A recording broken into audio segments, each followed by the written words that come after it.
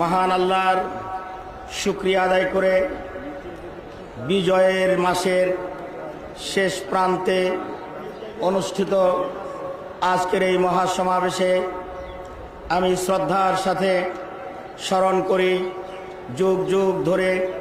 স্বাধীনতার জন্য যারা সংগ্রাম করে গিয়েছেন এবং যাদের জন্যে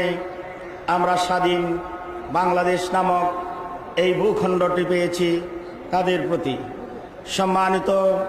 ভাই এবং বন্ধুগণ, সাম্প্রতিককালে বাংলাদেশে জেএমবির নামে,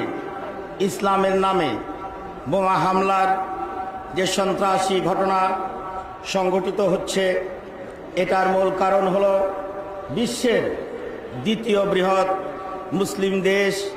যে দেশে গোটা বিশ্বের মুসলিম জনসংখ্যার 10 ভাগের 1 ভাগ লোক বাস করে, সেই সম্ভাবনাময় আমাদের গৌরবের বাংলাদেশে আগামী নির্বাচন বানচাল করে গণতান্ত্রিক সাংবিধানিক ধারাকে বিনষ্ট করে রাজনৈতিক অস্থিতিশীলতা